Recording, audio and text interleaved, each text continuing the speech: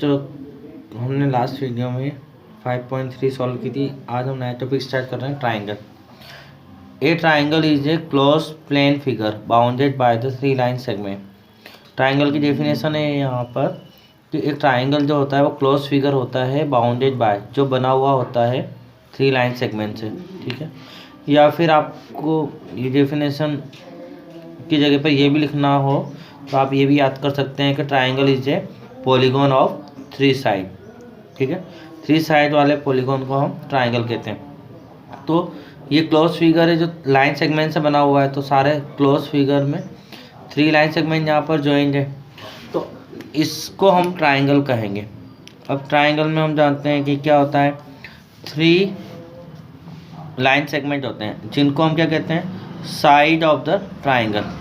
तो ये जो लाइन सेगमेंट है, जैसे कि हमने यहाँ पे नाम दिया ए बी सी और ए सी, तो ए से बी ये जो लाइन है सेगमेंट है, इस लाइन सेगमेंट को हम ए बी नाम देंगे, मतलब ये ए बी साइड है। बी सी लाइन सेगमेंट को हम बी सी साइड बताएंगे, और ए सी या सी ए ये थर्ड साइड है। तो ट्राइंगल में 3 साइड होती है। उसी तरीके से एंगल भी 3 होते हैं। एंगल के नेम हमने बताए थे कि आप 3 तरह से मतलब अलग अलग तरह से लिख सकते हो। तो यहाँ पर 3 अल्फ़ाबेट से लिखा है, जैसे ए बी सी, मतलब एंगल बी को बता रहा है, ए बी सी। फिर B A C angle A को बता रहे हैं, ए बी सी में आ रहा है। ए सी बी एंगल सी को बता रहा है। तो 3 एंगल होते हैं, ट्राइंगल में 3 एंगल होते हैं, और वर्टेक्स भी 3 होते हैं, ए बी सी। यहाँ पे 3 पॉइंट होते हैं, वर्टेक्स 3 होते हैं, ठीक है। ट्राइंगल के अंदर वाले पार्ट को हम इंटीरियर पार्ट कहते हैं, बाहर वाले को एक्सटीरियर कहते हैं, और ट्राइंगल के ऊपर वाले ऑन द ट्राइंगल, ठीक है। लेकिन अंदर और बाहर ट्राइंगल के ऊपर दोनों ही पार्ट को हम ट्राइंगुलर रीजन कहते हैं। मतलब ये हम पहले ही पढ़ चुके हैं कि ऑन द फिगर और इंटीरियर दोनों मिलकर रीजन बनाता है, और केवल अंदर की बात करें तो इंटीरियर और बाहर की बात करें तो एक्सटीरियर, ठीक है।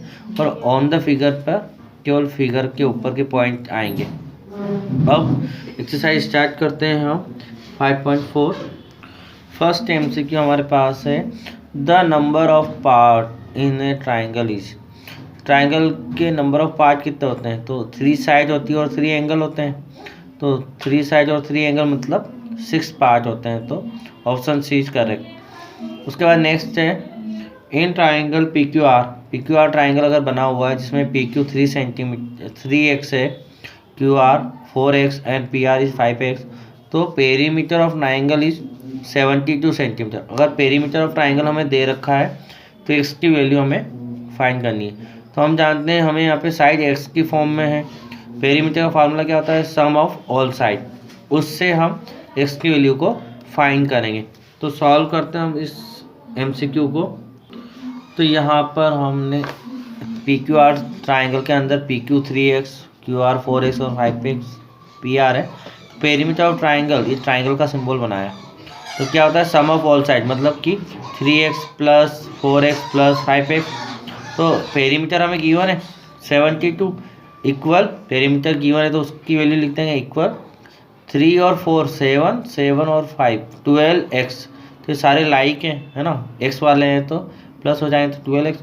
तो ये 12 हटाएंगे तो ये 12 मल्टीप्लाई में है x के साथ, तो ये साइड चेंज करेगा, इक्वल के दूसरी तरफ जाएगा तो कहाँ जाएगा, अपॉन में। तो 72 अपॉन 12 से कट होगा 72, तो 6 टाइम, तो x इक्वल टू क्या आएगा, 6 सेंटीमीटर। मतलब कि therefore option C is correct. Question number 2 हमारे पास है, in the given triangle name. तो हमें ट्राइंगल दे रखा है ABC। इस ट्राइंगल में हमें क्वेश्चन का आंसर देना है। तो side opposite to angle B, angle B के अपोजिट क्या है, तो आप जानते हो एंगल B कहाँ है, ये रहा। तो इसके अपोजिट कौन सी साइड है, तो AC। तो एंगल B के अपोजिट AC है, तो हमारा फर्स्ट का आंसर हो गया AC। उसके बाद सेकंड है, angle opposite to side BC, मतलब BC के अपोजिट कौन सा एंगल है। पहले हमसे क्या पूछा था, एंगल के अपोजिट साइड। अब हमें क्या बताना है, एंगल बताना है साइड के अपोजिट। तो BC साइड का अपोजिट एंगल कौन सा है, A। तो सेकंड क्वेश्चन का आंसर हमारा एंगल A है। उसके बाद side opposite to vertex A। तो यहाँ पर हमारे पास साइड अपोजिट टू वर्टेक्स है, A वर्टेक्स के अपोजिट साइड कौन सी है ये पूछा है। तो A के अपोजिट कौन सी साइड है, BC। तो ये थर्ड का आंसर है BC। इसके बाद vertex opposite to side AB। AB के अपोजिट वर्टेक्स कौन सा है, ठीक है। तो AB के अपोजिट वर्टेक्स कौन सा है, तो AB के अपोजिट आप जानते हो कि C है। तो C is answer of question 4, ठीक है। तो ये हमारा इसका क्वेश्चन का आंसर रहेगा। अब थर्ड आ गया है, third question in the adjoint figure name. तो यहाँ पर हम इस तरह के क्वेश्चन पहले भी सॉल्व कर चुके हैं। इंटीरियर पॉइंट कौन सा होंगे, जो अंदर होंगे, तो FPG इंटीरियर पॉइंट है। उसके बाद एक्सटीरियर पॉइंट कौन से होंगे, जो बाहर होंगे, NHJED, बस ये exterior point. On triangle point कौन से होंगे, जो ट्राइंगल के ऊपर है, मतलब ADB और C और A, ये ट्राइंगल के ऊपर, ऑन द ट्राइंगल।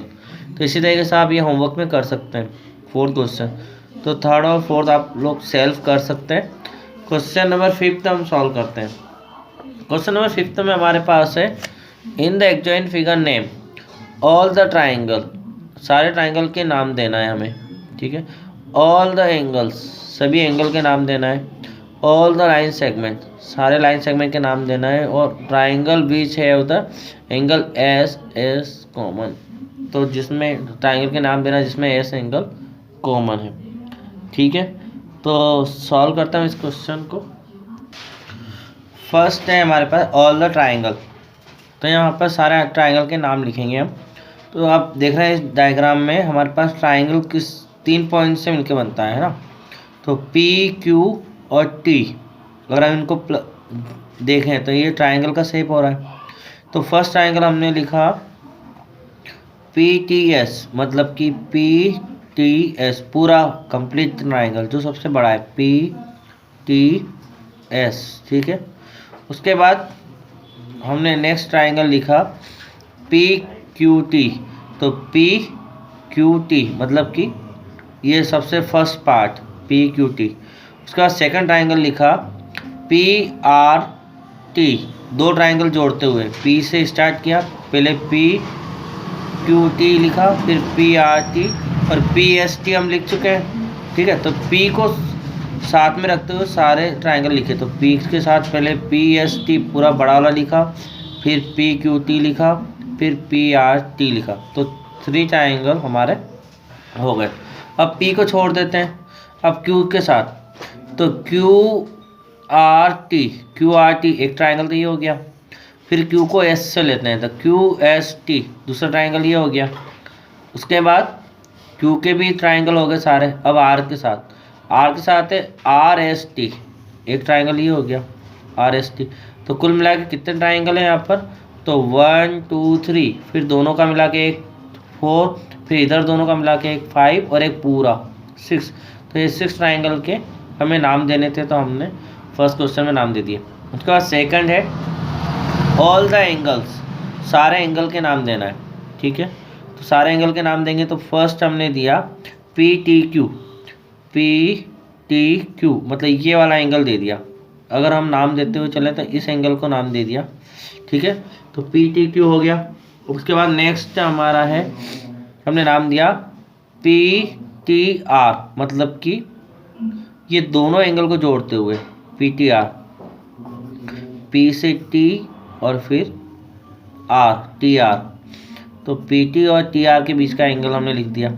फिर एक पहले छोटा पार्ट हो गया, फिर 2 के साथ वाला पार्ट हो गया, अब तीनों के साथ वाला पार्ट हो जाएगा, ठीक है। तो PTS, तो थर्ड वाला एंगल हो गया PTS। तो T के तो सारे एंगल हम लिख चुके हैं, है ना। अब उसके बाद अब बचे हैं दूसरे एंगल। अगला है हमारा PQT। तो PQT मतलब ये वाला एंगल हम लिख चुके हैं PQT। उसके बाद क्यू पी टी, तो क्यू पी टी ये एंगल हम लिख चुके हैं, क्यू पी टी, तो ये भी हो चुका है। अब यहाँ का एंगल बचा है, तो इसको लिख सकते हैं हम आर क्यू टी या टी क्यू आर। तो हमने लिखा है आर क्यू टी, तो आर क्यू टी, तो ये एंगल हो चुका है। उसके बाद ये वाला एंगल लिखना है, तो इसको लिख सकते हैं हम क्यू आर टी या टी आर क्यू, तो क्यू आर टी ये वाला एंगल लिख चुके हैं हम, तो ये वाला एंगल भी हो चुका है। उसके बाद नेक्स्ट अगर ये वाला लिखना है हमें, तो इसको हम लिखेंगे एस आर टी या टी आर एस, तो एस आर टी लिखा हुआ है, ये एंगल हो चुका है। उसके बाद एस वाला ये वाला एंगल लिखना है, तो इसको हम आर एस टी भी लिख सकते हैं, तो आर एस टी लिख सकते हैं, क्यू एस टी लिख सकते हैं या पी एस टी लिख सकते हैं। इस एंगल को किसी भी एक के साथ लिखना है, बार बार नहीं लिखना है। अगर आप आर के साथ लिखते हो तो आर एस टी हो जाएगा, क्यू के साथ लिखते हो तो क्यू एस टी हो जाएगा, पी के साथ लिखते हो तो पी एस टी हो जाएगा, तो ये एंगल एक ही बार आएगा। ठीक है, तो हमने यहाँ पर इसको एस एंगल को हमने लिखा है पी एस टी, पी से लेकर एस टी पूरा एंगल लिखा है। ठीक है, तो इस तरीके से हमारे 1 2 3 फिर 4 5 फिर पूरा 6 7 8 पूरा 9 और उसके अलावा एक यहाँ का 10, तो 1 2 3 4 5 6 7 8 9 10 सारे एंगल हम लिख चुके हैं। ठीक है बच्चों, उसके बाद नेक्स्ट आ रहा है हमारा लाइन सेगमेंट। सारे लाइन सेगमेंट हमें लिखना है, तो लाइन सेगमेंट कैसे लिखेंगे, तो लाइन सेगमेंट होता है 2 पॉइंट से। जैसे हम P से Q एक लाइन बना दें, तो P और Q के बीच की लाइन सेगमेंट PQ हो गया, फर्स्ट नाम हो गया। फिर P से R तक की लाइन सेगमेंट, तो P से R हो गया। फिर P से S तक की लाइन, तो PS हो गया। तो P से तीनों लाइन सेगमेंट लिख चुके हैं। अब Q से लिखेंगे, तो Q से R लाइन सेगमेंट हो गया, Q से S दूसरा लाइन सेगमेंट हो गया, तो Q वाले भी हो गए। फिर R से लिखें, तो R से S एक लाइन सेगमेंट हो गया। अब हमने स्ट्रेट लाइन के तो सारे लिख दिए। अब क्रॉस वाले, P से T वाला एक लाइन सेगमेंट हो गया, Q से T वाला लाइन सेगमेंट हो गया, R से T वाला लाइन सेगमेंट हो गया और S से T वाला लाइन सेगमेंट हो गया। तो कुल मिला के यहाँ पर 1 2 3 फिर 1 2 3 उसके बाद 4 5 और 6 7 8 9 10। तो यहाँ पर 1 2 3 4 5 6 7 8 9 10 सारे लाइन सेगमेंट हम लिख चुके हैं। फोर्थ वाले में हमारे पास ट्राइंगल का नाम लिखना है जिसमें एस एंगल कॉमन है। तो एस एंगल किस में आ रहा है, ये वाला एस एंगल हमारा आ रहा है एक तो आर एस टी में। ठीक है, एक ट्राइंगल तो ये हो गया। एक आ रहा है क्यू एस टी में, 2 ट्राइंगल हो गए। और एक हो रहा है पी एस टी, तो 3 ट्राइंगल हो गए। ठीक है, तो आप इनमें से कैसे भी करके ट्राइंगल के नाम लिख सकते हैं। तो हम पी एस टी लिख देंगे, फिर हम क्यू एस टी लिख सकते हैं, फिर आर एस टी लिख देंगे। ठीक है, तो ये 3 ट्राइंगल हो गए हमारे क्वेश्चन नंबर 4 का आंसर।